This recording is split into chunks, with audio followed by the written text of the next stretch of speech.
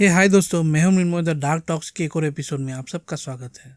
आज की हमारी कहानी अमेरिका के आयोवा स्टेट से है और ये टाइम है जुलाई 2019।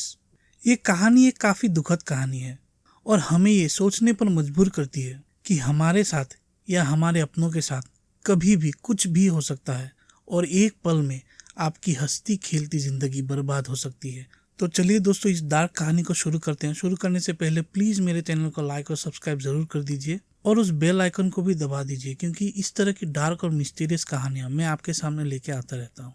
आयोवा अमेरिका का एक बहुत ही सुंदर स्टेट है। इस स्टेट में एक छोटा सा टाउन है जिसका नाम है काउंसिल ब्लफ्स। इस टाउन में एक बहुत ही पुराना सुपर मार्केट था जिसका नाम है the no frill supermarket. एक जमाने में ये उस टाउन का सबसे बड़ा सुपर मार्केट था। सभी के सभी जो टाउन वासी है यहाँ आकर शॉपिंग करते थे, क्योंकि आपको मालूम होगा कि अमेरिका में जो किराने वाले शॉप होते हैं हमारे घर के पास वाले, उस तरह का सिस्टम नहीं होता। वहाँ एक सुपर मार्केट होता है एक टाउन में और लोगों को गाड़ी या बाइक वगैरह में वहाँ पर जाना पड़ता है। तो उसी तरह से ये सुपर मार्केट उस टाउन का एक बहुत ही बड़ा हब स्पॉट था।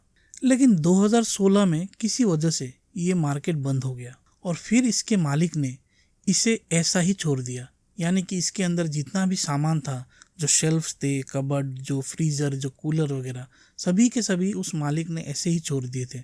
और 2016 से लेकर 2019 तक ये मार्केट पूरी तरह बंद रहा। अब ये टाइम था दोस्तों जुलाई 2019। उस सुपर मार्केट के मालिक ने ये पूरी की पूरी जो बिल्डिंग है वो किसी को बेच दी थी। तो उस नए मालिक ने इसको कहा कि तुम अपना जितना सामान है वो निकाल लो। इसीलिए वो मालिक एक पूरी टीम लेके उधर आया और सुपर मार्केट के अंदर जितना भी पुराना सामान था वो बाहर निकालने लगा। जो सामान रखने के शेल्फ होते थे, जो डीप फ्रीजर थे, जो फ्रिज थे और बहुत ही बड़े बड़े साइज के इंडस्ट्रियल कूलर्स। अब ये कूलर्स अगर मैं आपको समझाऊं तो आप सुपर मार्केट तो गए होंगे कभी ना कभी, तो वहाँ पर एक मीट और डेयरी प्रोडक्ट का सेक्शन होता है जो कि ओपन होता है, लेकिन वो एक्चुअली एक बहुत बड़ा फ्रीज़र होता है और वो आवाज़ भी बहुत करता है। तो उस तरह के एकदम एक लाइन में लगे हुए कई सारे फ्रीजर थे। अब एक आदमी इन कूलर्स में से एक को हटा रहा था, लेकिन वो हट नहीं रहा था। उसने काफ़ी ज़ोर लगाया लेकिन कूलर हट ही नहीं रहा था। ऐसा हो रहा था जैसे किसी गम से वो चिपका हुआ था। लेकिन जब उस आदमी ने पूरा जोर लगाया तो वो कूलर तो हट गया, लेकिन उसके पीछे से एक एकदम सरी गली, बिल्कुल ब्लैक कलर की, एक तरह से कहा जाए तो मम्मीफाइड एक लाश आकर गिरी। उस लाश को देखकर उस आदमी के होश उड़ गए, क्योंकि उसने कभी सपनों में भी नहीं सोचा होगा कि 3 साल से बंद इस बिल्डिंग में एक लाश सड़ रही है। वो सीधा अपने मालिक के पास गया और पूरा मामला उसको बताया। सभी के सभी लोग डर गए। उसके बाद फिर क्या था, उन्होंने पुलिस को फ़ोन किया और पुलिस वहाँ आई और जो डेड बॉडी थी उसकी जांच पड़ताल शुरू की और उसको हॉस्पिटल लेके जाया गया। पहले तो शुरुआत में मालूम ही नहीं चल रहा था कि ये डेड बॉडी किसकी है और ये कितने दिनों से यहाँ पर है। अब जब हॉस्पिटल में डॉक्टरों ने इस डेड बॉडी की जांच की तो कई सारी चीज़ें मालूम चली और वो चीज़ें ऐसी थी दोस्तों। पहले तो ये एक मर्द था, 25 साल का था और इसके चेहरा तो कुछ बचा नहीं था, पूरा गल गया था, लेकिन उसके कपड़ों से और कुछ आइडेंटिफिकेशन मिला था।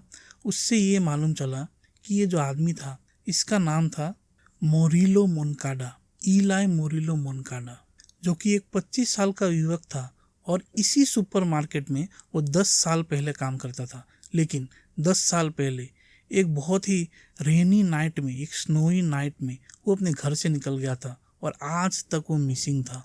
उसके माँ बाप उसको ढूंढ रहे थे लेकिन वो कभी भी मिला नहीं।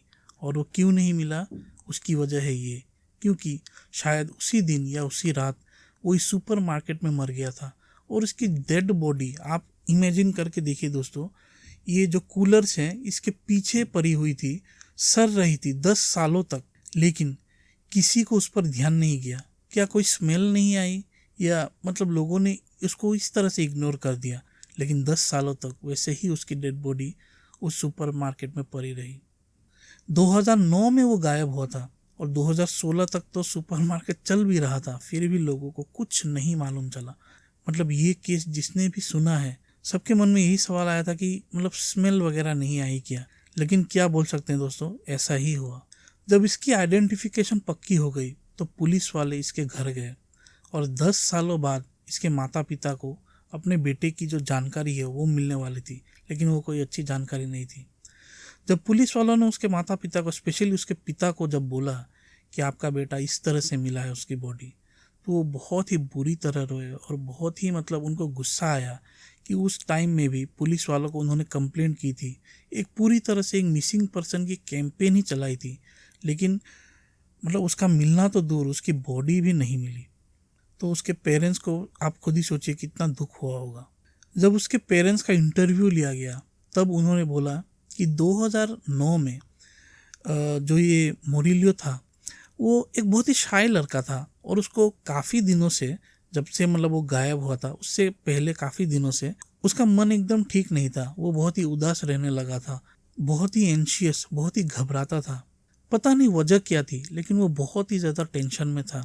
उसके पेरेंट्स ने बताया कि जिस समय ये गायब हुआ था उस समय उनके बीच में भी काफ़ी लड़ाई हो रही थी और घर का माहौल भी काफ़ी निगेटिव था। लेकिन उन्होंने कहा कि जो मोरिलो है उसको सुपरमार्केट में काम करना बहुत अच्छा लगता है, वहाँ पर ही वो अपना ज़्यादातर टाइम बिताता था। जिस रात मोरिलो गायब हुआ था उस रात उसके पेरेंट्स का काफ़ी बुरा झगड़ा चल रहा था। मोरिलो घर पर था और उस रात या तो मतलब काफ़ी बारिश पड़ रही थी या बहुत ही स्नो एकदम वेदर था और रात का टाइम था। उस झगड़े को देखकर मोरिलो इतना ज़्यादा डिस्टर्ब हो गया कि वो किसी को बिना कुछ कहे लेकिन उनके सामने से वो घर से निकल गया।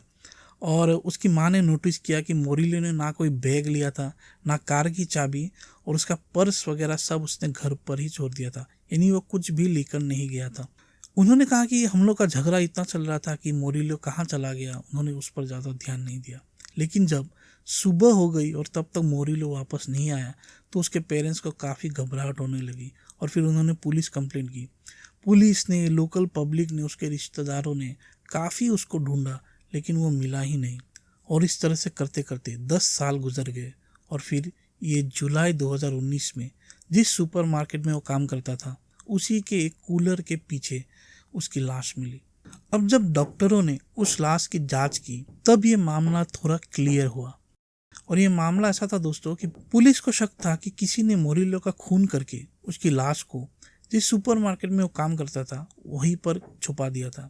लेकिन डॉक्टर्स को ऐसा नहीं लगता था क्योंकि उसके बॉडी की जांच में पता चला कि उसके बॉडी में कहीं भी कोई भी चोट के निशान नहीं थे, या कोई चाकू मारने का या फिर कोई गोली लगने का कोई भी ट्रॉमा या चोट के निशान उनको नहीं मिले थे।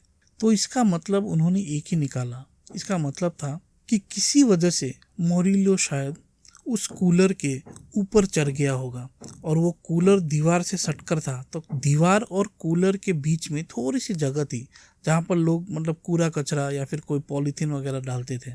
तो किसी वजह से मोरिलो शायद उस कूलर के ऊपर चढ़ा होगा और किसी वजह से वो गिर गया होगा।